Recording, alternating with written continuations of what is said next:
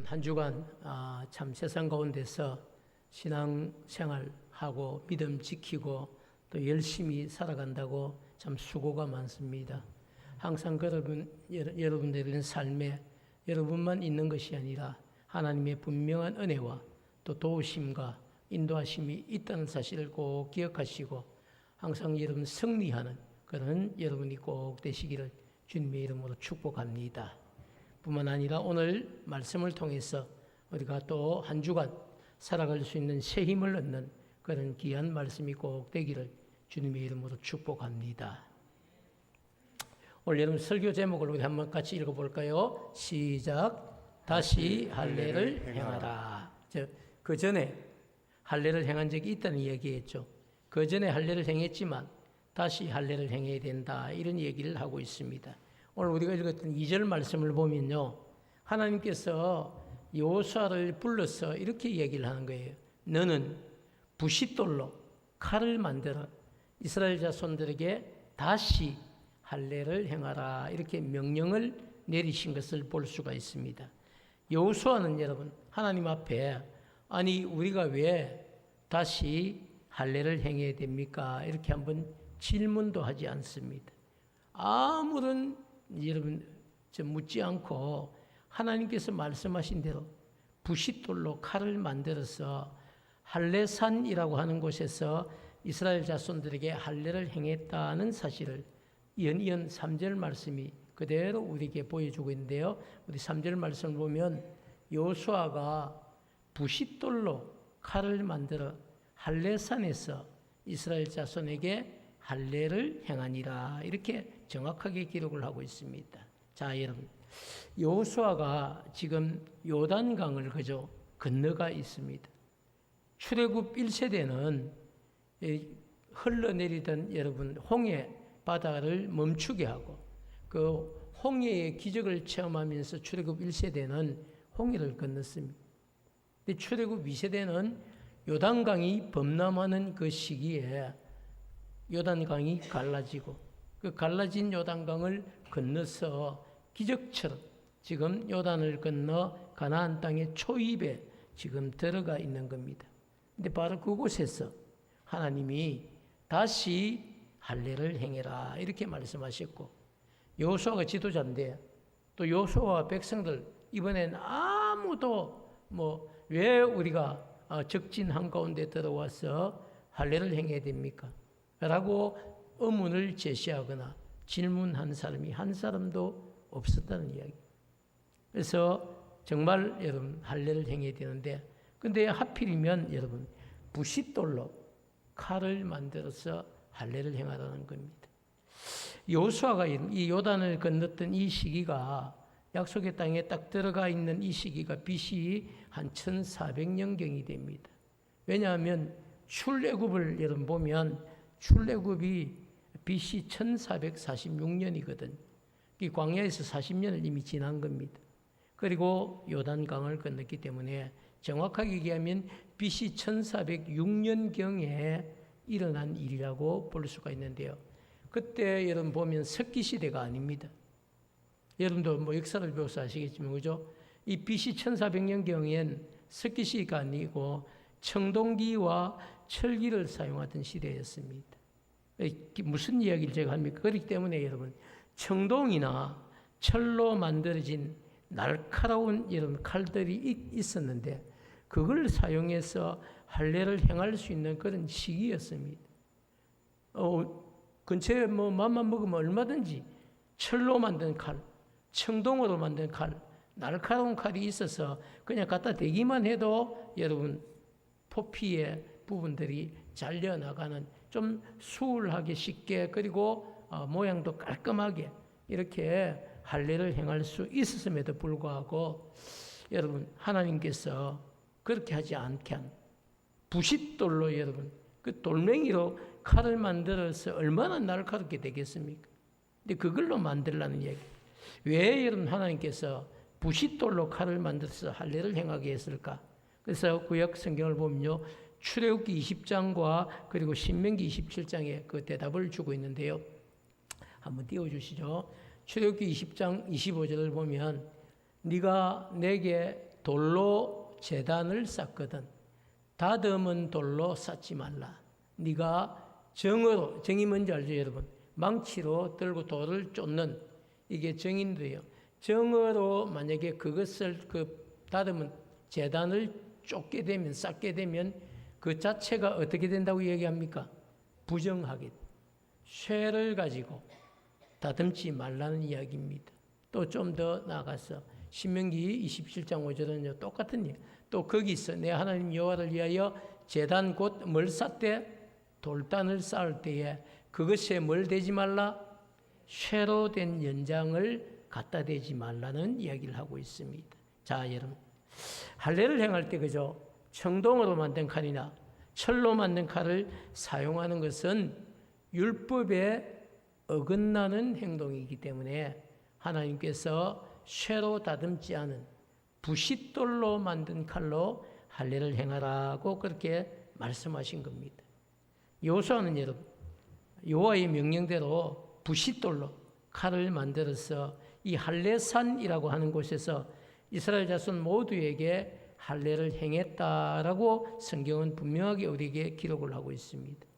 자, 그럼 여러분, 이스라엘 백성들이 할례를 행한 곳, 이 할례산이란 도대체 어떤 곳을 할례산이라고 하겠습니까? 구약에 나타난 이 할례산은요, 문자적인 의미로 보면 양피가 있는 언덕이다. 양피가 뭔지 여러분 설명이 좀 필요합니까? 보통 남자들이 그죠? 성기 끝부분이죠. 그 끝부분을 잘라내고, 우리 같으면 지금 같으면 무슨 수술입니까? 포경수술이에요. 포경수술을 하고 끄트머리 잘린 부분이 있죠. 그걸 다 버리는 것이 아니고 한 곳에 모아서 그걸 묻었다는 겁니다. 그 묻은 곳을 뭐라고 합니까? 양피가 모여져 있는 언덕이다. 그래서 거기를 할례산이다. 이렇게 지금 설명하고 있습니다. 자, 여러분, 왜냐하면 언덕을 뜻하는 이 단어가 기브앗입니다. 기브앗. 그리고 할례를 뜻하는 이 히브리어 단어가 하알롯이라고 하는 단어인데 이 두 단어를 합치면 여러분 양피 언덕이 되는 거예요. 그래서 양피를 베고 베어낸 그 양피를 묻은 지역을 가리켜서 뭐라고 합니까? 양피의 언덕이다. 이렇게 표현을 했다는 이야기입니다. 자, 여러분, 연이은 4절부터 그죠? 7절까지 말씀은 하나님께서 다시 이 백성들에게 할례를 행하라고 한 이유를 우리에게 아주 구체적으로 소개를 해주고 있는데요. 4절을 보면 이렇게 시작하는 여호수아가 할례를 시행한 까닭은 이것이니라고 정확하게 그 이유를 설명해 주는 거예요.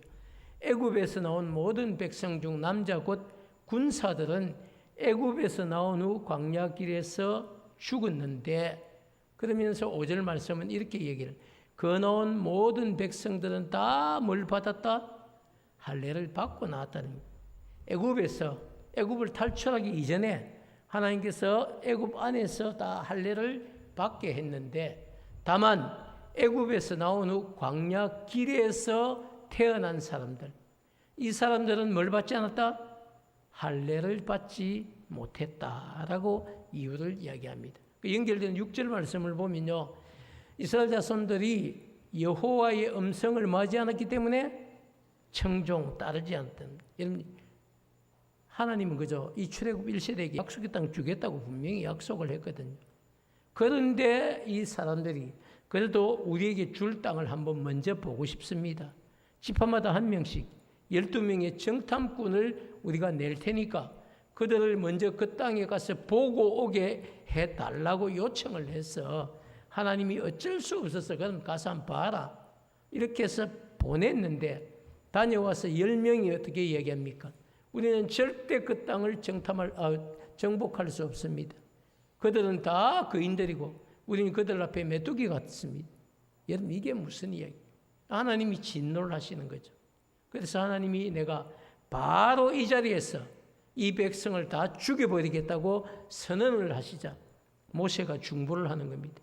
하나님, 만약에 그렇게 해버리면 이방 민족들이 다 지금 우리를 주목하고 있는데 하나님이 우리를 약속의 땅 가나안에 데리고 갈 힘이 없었어, 능력이 없어서 이 백성을 광야에서 죽이셨다고 그렇게 생각할 텐데 그것이 무슨 유익이 있겠냐고. 그러면 하나님의 분노하신 하나님의 마음을 여러분 모세가 설득시키는 거예요. 그래서 하나님이 좋다 그러면 네 기도대로 하루를 1년으로 쳐서 40일 동안 정탐을 하고 왔으니까 40년 동안 이 출애굽 1세대 백성들 20살 이상 이 사람들은 다 믿음이었기 때문에 광야 한가운데서 다 죽이겠다는 겁니다. 그리고 20세 이하의 사람들 아이들을 다시 장성하게 해서 40년 뒤에 여러분 19살짜리가 59세가 되었어. 이제 약속의 땅 가나안에 들어가게 해 주시겠다고 말씀을 하시는 거죠. 그리고 물론 그때까지 여러분 있지만 그 광야 안에서 또 계속 여러분 아이들이 출생하거든. 그래서 광야 안에서 태어난 아이들 제일 광야 안에서 태어난 아이 중에 제일 많은 40세가 되겠지. 40세, 39, 그러니까 20세 이상, 20살 이상의 용사들을 보니까 40년이 지났는데 여전히 동일하게 60만 명이 넘는 같은 숫자를 만들었어. 하나님 출애굽 2세대를 데리고 약속의 땅 가나안으로 들어가시는 거죠. 그래서 여러분 이스라엘 자손이 여호와의 음성을 청종하지 아니하므로 여호와께서 그들에게 대하여 맹세하사 그들의 조상들에게 맹세하여 우리에게 주리라고 하신 땅 곧 젖과 꿀이 흐르는 땅을 그들이 보지 못하게 하겠다. 출애굽 1세대 이야기죠. 하심에 애굽에서 나온 족속 곧 군사들이 다 멸절하기까지 40년 동안을 광야에서 헤매었다는 겁니다. 7절 말씀은 이렇게 이야기를 해요. 그들 출애굽 1세대의 대를 잇게 하신 출애굽 2세대 오늘 이 자손에게 여호수아가 할례를 행하였으니 길에서는 그들에게 할례를 행하지 못하였으므로 할례 없는 자가 되었다. 여러분 왜 이게 중요합니까? 이스라엘 백성에게서는요 할례 없는 자라는 것은 어떤 의미인지 우리가 창세기 17장부터 17장에는 9절부터 14절을 살필 텐데요.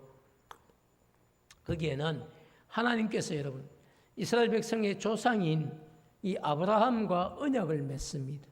그리고 아브라함과 그의 후손들이 하나님의 언약에 대한 백성이 되었음을 증거하는 외적인 표시로 남자들에게 할례를 시행하도록 명령을 하고 있는 그 내용을 우리 한번 잠깐 볼 텐데요. 9절부터 한번 띄워주시면요. 하나님이 또 아브라함에게 이르시되 그런즉 너는 내 언약을 지키고 너뿐만 아니라 너의 후손도 나와 맺은 이 언약을 대대로 지키게 하라는 것입니다. 10절 말씀을 보면요. 그 언약의 내용이 뭐냐면 너희 중에 남자는 다 할례를 받아야 된다.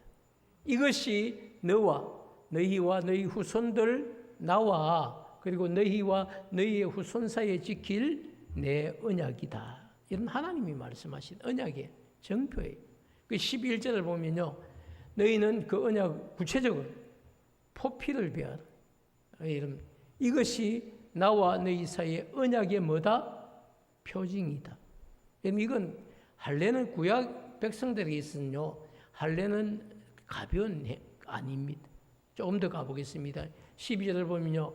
너희의 대대로 모든 남자는 집에서 난 자나 또는 너희 자손이 아니라 너희들 안에 들어온 이방 사람들에게까지 그리고 돈으로 산 종들까지도 막론하고 난지 8일이 되면 반드시 뭘 해야 된다? 할례를 행해야 된다. 이것도 여러분 7일 만에 하면 안 되는 거예요. 아이들 어린아이 7일 만에 할례를 행하면 그때만 해도 피가 응고가 되지 않는다고. 그래서 8일이 되면 모든 남자아이들이 여러분 포피를 잘라도 피가 먹기 때문에 응고가 되기 때문에 8일 만에 해야 된다. 이런 이야기들을 들은 구약 학자들이 많이 그렇게 이야기를 하고 있습니다. 그리고 여러분 13절을 보면요. 이렇게 연결되어 있는데요. 그래서 너희 집에서 난 자든지 너희 돈으로 산 자든지 반드시 구분 없이 할례를 받아야 하리니 이에 내 언약이 너희의 살에 있어 영원한 언약이 되리니와. 가볍게 얘기할 일이 아니죠. 마지막 14절을 보면요. 할례를 받지 아니한 남자 곧 그 포피를 베지 아니한 자는 백성 중에서 어떻게 된다? 끊어진다. 그가 내 언약을 뭐했다? 배반했다고 하나님이 말씀하십니다. 그래서 구약의 백성들에게 있어서는요, 이 할례라고 하는 것이 얼마나 중요한지 모릅니다. 사랑하는 여러분, 할례는 아브라함이 그죠? 이스라엘 모든 백성의 조상으로서 하나님과 맺은 언약의 정표였습니다. 얼마 전에 그죠? 우리 이재명 대통령이 미국에 가서 트럼프 대통령을 만나서 그죠? 뭘 하기 위해 갔습니까? 언약을 맺고 그리고 서명하고 이래야 되는데 보니까 좀 불리한 조건이 돼서 이재명 대통령이 서명을 안 하고 왔거든요. 그런데 여러분, 만약에 서명을 했다면 그 약속을 이재명 씨가 한 것이 아니고 이재명 대통령으로 생기기 때문에 우리가 서명을 안 해도 우리도 그 서명에 다 어떻게 해야 됩니까? 동참을 해야 되는 거예요. 동참을 해야 돼요. 그게 여러분 대표성이거든요. 아브라함이 이미 오래전에 이 유대인들, 이스라엘 백성의 여러분 조상의 대표로서 하나님과 언약을 맺었는데 그 우리 몸에 남아있는 언약의 정표가 뭐다? 그게 여러분 할례다. 이렇게 지금 이야기를 하는 겁니다. 자, 여러분. 그렇기 때문에 여러분 유대인들은요, 태어난 지 8일 만에 8일이 지나면 반드시 할례를 행했고 어릴 때부터 할례의 흔적이 자신의 몸에 있다는 그 자체만으로도 자신들을 다른 민족과 구별된 언약의 백성이라고 생각을 한 겁니다. 어릴 때 보면 그죠? 그 몸에 어린 시절. 근데 한국은 보면 그죠? 물론 몇몇 그런 아이들이 있지만 대부분 뭐 중학생이 되었어. 아니면 고등학생이 되었어. 또 늦게 하는 사람들은 군대 갔어. 뭐 이렇게 우리가 포경 수술을 하는 경우가 있지만 유대인들은 다 태어난 지 8일 만에 그렇게 해야 돼요. 그래서 어린 시절 제가 그들을 보지 못했지만 신학교를 가보니까 여러분 하는 말들이 친구들이 그죠? 우리는 난 지 8일 만에 포경 수술을 했다는 거예요. 어떻게 했노? 이렇게 아버지가 목사님, 아버지가 장로님, 이런 자녀들은 태어난 지 8일 만에 포경 수술을 한 친구들도 있더라고. 아마 구약 말씀을 그대로 인준을 한 거겠죠. 사랑하는 여러분, 그렇지만 이제 이 구약의 할례는요, 신약 시대에 와서는 뭘로 바뀌었을까요? 신약 시대에 와서는 이게 구약의 할례가 세례로 바뀝니다. 그래서 할례 대신에 신약의 성도들은 세례를 받음으로 성부와 성자와 성령의 이름으로 언약 백성이 되는 공식적인 절차를 거쳤다는 사실이죠. 사랑하는 여러분, 다시 본문으로 좀 돌아가서 그죠? 구약 시대, 특히 여호수아가 출애굽 2세대를 인솔하여서 약속의 땅 가나안으로 들어갈 그 시기에는 할례를 행하는 것이 중요한 일이었다는 겁니다. 왜 여러분 하나님께서 다시 할례를 행하는 것이 중요한가? 왜 하나님이 다시 너희들 할례를 반드시 행해야 된다 이렇게 말씀하셨는가? 여러분 하나님의 관점에서 우리가 생각을 해야 되겠죠. 우리의 생각으로 하는 것이 아니고 말씀은 하나님께서 주신 말씀은요, 하나님의 관점에서 생각을 해봐야 되는 거예요. 그래서 출애굽 2세대에게 하나님이 할례를 요구하신 것은요, 하나님과 아브라함이 맺었던 그 언약을 뭐 하자는 것일까요? 다시 회복하자는 것이. 이건 너무 중요한 이야기예요. 하나님과 아브라함이, 조상 아브라함이 분명히 맺었던 언약이 있는데 이 언약을 다시 회복시키자는 것이 하나님의 마음이에요. 우리는 여러분 때때로 신앙생활을 하면서 때로는 성경을 읽으면서 우리가 놓치지 말아야 될 것이 있는데 그게 뭐냐면 하나님께서 왜 이런 요구를 하셨을까? 하나님께서 여러분 왜 이런 요구를 다시라고 하는 단어를 붙여가면서 1세대가 했으니까 됐다, 넌 안 해도 된다 이게 아니고 출애굽 2세대 약속의 땅 가나안에 이미 들어가서 요단을 건너서 여러분 가나안 성 입구에 지금 앉아 있는 이들에게 다시 할례를 행하라고 말씀하는 겁니다. 하나님의 관점에서 보면요, 약속의 땅 이 가나안을 정복하기 전에 반드시 해야 할 일이 자기 백성들과의 관계 회복이었습니다. 출애굽 여러분 1세대 백성들은요, 애굽을 떠나기 전에 이미 할례를 시행하고 그리고 애굽에서 탈출해서 약속의 땅을 향해 간 겁니다. 그렇기 때문에 출애굽 2세대도 마찬가지로 그렇게 가기를 원하시는 거죠. 그래서 출애굽 그 증거를 우리가 봐야 되는 출애굽기 12장 48절을 보면요, 정확하게 이렇게 얘기를 합니다.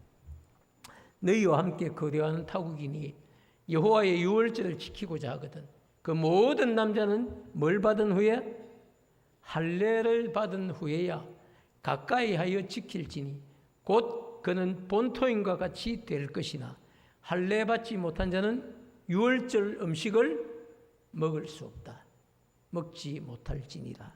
할례가 우리도 여러분 세례 받지 못한 자는 어디에 참여를 못합니까? 모른 척하지 마시고 어디에 참여를 못합니까?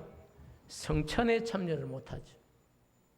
여러분 어떻게 아무리 교회를 50년 댕겨도 여러분 세례를 안 받았는데 어떻게 성찬에 참여를 하겠습니까? 그것하고 동일한 거예요. 유대인들 그리고 본토인 아니라도 여러분 이방인들일지라도 유대인의 그룹에 들어와서 할례를 받은 자는 여러분 유월절 음식을 나누어 먹을 수 있고 할례 받지 못한 자는 유월절 음식을 먹을 수가 없다. 이렇게 분명하게 말씀을 하고 있습니다. 49절 말씀도 여러분 본토인에게나 너희 중에 거류하는 이방인에게는 이 법이 어떻다? 동일하다. 50절 말씀도 온 이스라엘 자손이 이와 같이 뭐하되? 이미 행했다는 겁니다. 애굽으로 탈출하기 전에 이 애굽 안에서 이미 할례를 행했다는 겁니다. 그래서 여호와께서 모세와 아론에게 명령하신 대로 행하였으며 51절을 보면요, 바로 그날에 여호와께서 이스라엘 자손을 그 무리대로 애굽 땅에서 뭐 하셨다? 인도하여 내셨다. 애굽을 탈출하기 전에 할례를 행하게 하시고 이 백성을 데리고 나오셨다. 이렇게 얘기를 합니다. 여러분 출애굽 1세대는요. 애굽을 떠나기 전에 이 유월절을 지키기 위해 모든 남자들이 다 할례를 받고 애굽에서 탈출했습니다. 그렇지만 출애굽 2세대는 광야에서의 40년 세월을 보내면서 할례를 받을 기회가 없었습니다. 그리고 그런 생각조차도 하지 않았다는 겁니다. 그래서 하나님은 가나안 첫 번째 성인 이 여리고 성을 지금 눈앞에 두고 여리고 성과의 전투를 앞둔 시점이지만 다시 너희들이 할례를 행해야 된다라고 하나님이 요구를 하시는 거예요. 자, 여러분 여호수아 백성들은 다시 할례를 행하라고 말씀하신 곳이 이미 요단을 건너 여러분 적진의 입구였습니다. 그렇지만 거기에 토달지 않고요. 아니 여기서 지금 할례를 행하면 만약에 여리고성 백성들이 우리가 할례를 행한 걸 보고 그리고 성문을 열고 나와서 우리를 찔러 죽이면 우리 다 죽게 될 텐데 하필이면 여기서 할례를 행하라고 합니까? 라고 하나님을 향해 따진 사람이 아무도 없다는 사실입니다. 그래서 할례를 행합니다. 할례를 행하고 나면요. 여러분 여자분들은 할례를 안 해서 잘 모르시지만 남자들은 할례를 행하고 나면 가장 고통스러운 날이 한 3일째, 4일째 되는 때. 이때는 진짜 일어서서 화장실 가는 것도 그런 걸 보면 어거적이 제대로 딱 걷는 사람이 거의 아무도 없습니다. 정말 힘든 때거든요. 그래서 이스라엘 백성들이 각자 처소에서 낫기를 기다리고 있었다고 이런 말씀을 하는 겁니다. 모든 상황이 보면요. 할례를 행할 만한 상황이 아니었음에도 불구하고 말씀에 순종해서 여러분 할례를 행한 겁니다. 하나님께서 그 모습을 보시고요. 너무 기뻐하셔서 내가 오늘 애굽의 수치를 너희에게서 떠나가게 했다라고 말씀을 해 주시는 겁니다. 여러분 애굽의 수치가 뭘까요? 애굽의 수치는 이 백성들이 여러분 430년 동안 애굽에서 탈출도 못하고 종살이했던 고통스러운 여러분 그 세월을 애굽의 수치라고 합니다. 바꾸어 이야기하면요. 내가 다시는 너희들을 가나안 땅에서 종살이하지 않도록 내가 너희를 책임져 주겠다는 겁니다. 모든 전투에서 하나님이 승리케 해주시겠다고 약속을 하신 것입니다. 뭐 보고 여러분 순종할 수 없는 상황인데 순종하는 이 백성의 모습을 보고 하나님이 감동을 받으신 거죠. 여러분, 신앙생활은 그 정말 중요한 거거든요. 우리가 순종할 수 없는 상황인데도 불구하고 하나님이 말씀하신 말씀 앞에서 이 말씀의 원리를 부여잡고 우리가 순종을 한다. 얼마나 하나님이 기뻐하실까요? 여러분, 오늘 주일 교회 오는 것도 마찬가지예요. 이제 여러분, 무더운 여름이 좀 지나고 가을 날씨가 이제 좀 시작되지 않습니까? 그죠? 나 지금까지 더워서 어디 가지를 못했는데 이제 가을이 다가왔다. 룰룰랄라 내가 좀 가보겠다. 주일도 어기고 가보겠다. 이런 생각을 할 수도 있습니다. 뭐 한 주쯤 빠지는 것 어때? 그럴 수 있습니다. 그런데 여러분, 하나님은 말씀하시죠. 안식일을 기억하여 그날을 거룩하게 지켜라. 이 말씀을 부여잡고 그래도 내가 주일 성수하고 월요일부터 가겠다. 이런 마음 먹으면 그게 복된 생각이고요. 그렇지 않으면 하나님이 기억하시지 않겠습니까? 오늘 순종할 수 없는 상황 가운데서도 순종하시는 이 모습을 보고요. 하나님이 내가 오늘 애굽의 수치를 너희에게서 떠나가게 했다라고 선언을 하신, 다시는 너희들이 종살이하는, 짓밟히는 이런 삶을 너희들이 보지 않게 해 주시겠다고 약속을 해 주신 것이죠. 사랑하는 여러분, 그래서 길갈이라고 하는 이 단어의 뜻은요, 굴러가게 했다는 뜻입니다. 하나님께서 애굽의 수치를 너희들에게서 머물지 않고 어떻게 하겠다? 굴러가게 했다. 다시는 너희들에게 머물지 않게, 그 애굽의 수치가 머물지 않도록 굴러가게 했다라고 하신 말씀입니다. 사랑하는 여러분, 하나님께서 오늘 이 본문을 통해서 그저 우리에게 주시려고 하는 분명한 영적인 가르침들이 있거든요. 뭘까요? 저는 이 이야기를 하기 위해서 오늘 여기까지 본문을 끌고 오는 것이나 마찬가지입니다. 제가 늘 설교 중에 이런 얘기를 하죠. 이 시간이 제일 중요한 포인트입니다. 여러분, 집중해야 됩니다. 오늘 이 이야기를 여러분이 마음에 새기면요, 오늘 영적인 원리를 하나 반드시 얻어가는 겁니다. 하나님께서 여러분 원하시는 것은요, 우리는 생각에 지금 전쟁의 승리가 누구보다 중요합니다. 이스라엘 백성 입장에서는요, 이 가나안 성 입구, 여기서 여러분 여리고성 전투에서 승리하는 게 너무너무 중요한 거예요. 첫 번째부터 패배해버리면 이 가나안 땅 정복 못합니다. 그런데 승리가 중요하지만, 그러나 하나님은 이 가나안 여러분 성과, 여리고 성과의 이 전투, 가나안 전체 전투보다 훨씬 더 중요한 것이 여러분, 하나님의 백성, 이 이스라엘 백성들이 하나님의 말씀 앞에서 정말 인간적으로 생각할 때 이거 왜 이런 이야기를, 왜 이걸 하라는 거야? 이런 상황인데도 불구하고 순종하는지 안 하는지 그 여부를 알고 싶었다는 것입니다.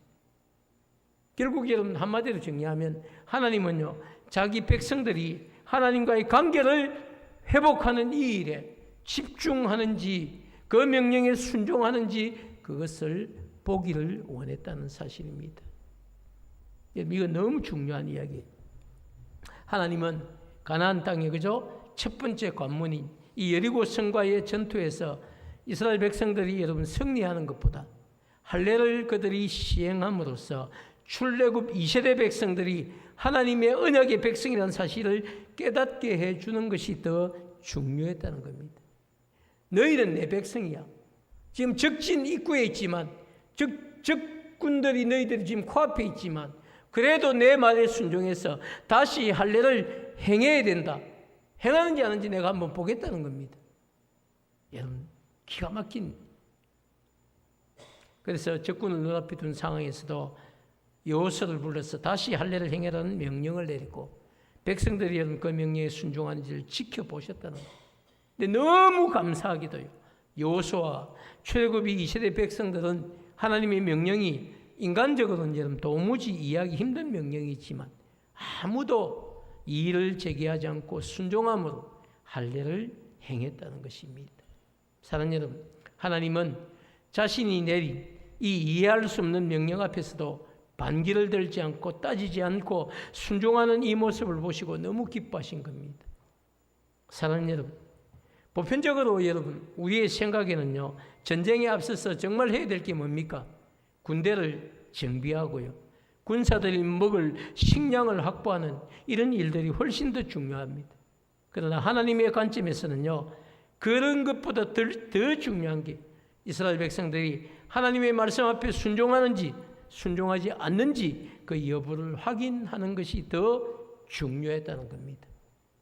그래서 하나님은 누가 보아도 인간적으로 이해하기 힘든 명령, 즉 여리고성과의 전투를 앞두고 전쟁에 나갈 병사들에게 다시 할례를 행하라고 하시면서 먼저 하나님의 말씀 앞에서 순종하는지 그 여부를 확인하신 것입니다.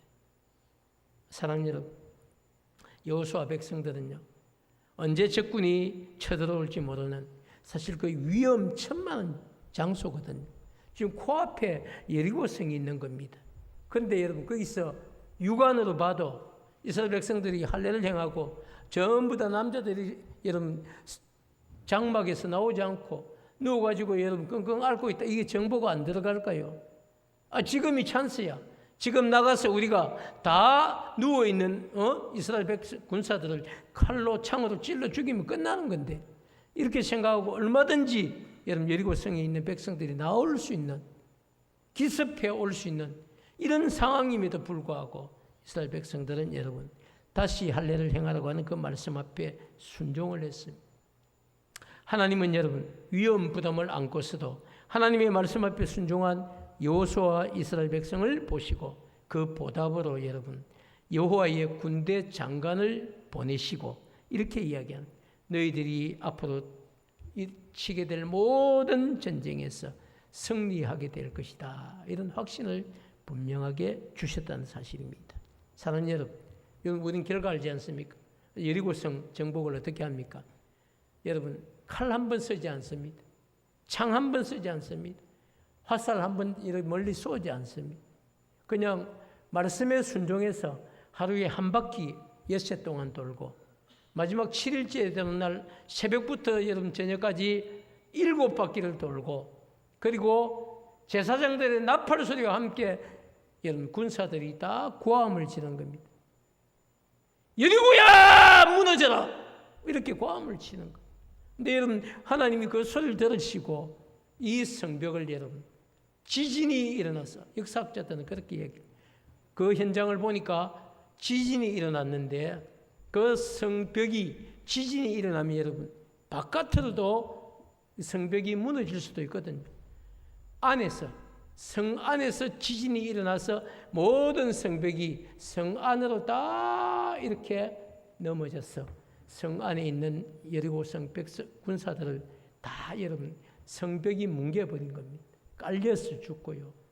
지진이 나서 땅 속에 들어가서 죽고, 이스라엘 백성들이 들어가서 겨우 생명이 남아있는 사람들을 창으로 콕콕콕 찔러가 죽인 것밖에 없는, 그게 여러분 여리고성이었어요. 왜 전쟁에 그런 일이 있습니까? 여리고 여러분 성의 성벽이 마차가 세대가 다닐 수 있는 약 15m 두께의 성벽입니다. 그걸 여러분 그 당시에 대포도 없는데 대포를 쏘겠습니까? 아무것도 없어요. 아예 성문만 꼭 잠그고 있으면 끝나는 전쟁입니다. 도무지 못 이기는 거예요. 내 순종함으로 할례를 행하고 그리고 순종하는 모습을 보시고 하나님이 여리고성을 무너뜨려 주셔서 첫 번째 승리를 하는 것이죠. 사랑하는 여러분, 여러분은 급한 일과 중요한 일을 앞두고 먼저 어떤 일을 하십니까? 오늘 우리 적용이에요. 급한 일, 중요한 일, 두 개 다 여러분 어느 걸로 먼저 해야 됩니다. 우리는 때때로 여러분 인생을, 우리는 급한 일에 우리의 여러분 손길이나 눈길이 먼저 갈 수 있습니다. 근데 어떤 일들은요, 중요한 일이 더 먼저 돼야 돼요. 중요한 일. 근데 여러분, 어떤 일보다 중요한 게 무엇일까요? 하나님과의 관계를 회복하는 일입니다. 그 일이 여러분 성도가 가장 먼저 해야 될 우선순위의 일입니다. 오늘, 내일 당장 중요한 일 아니면 급한 일이 지금 기다리고 있을 수 있어요. 그렇지만 오늘 아무리 월요일 날 여러분 급한 일을 해야 돼도 오늘 교회 와서 말씀 받고 간절히 기도하면요, 하나님 내일 이런 일이 있습니다. 하나님이 도와주셔야 됩니다. 하나님이 해결해 주셔야 됩니다.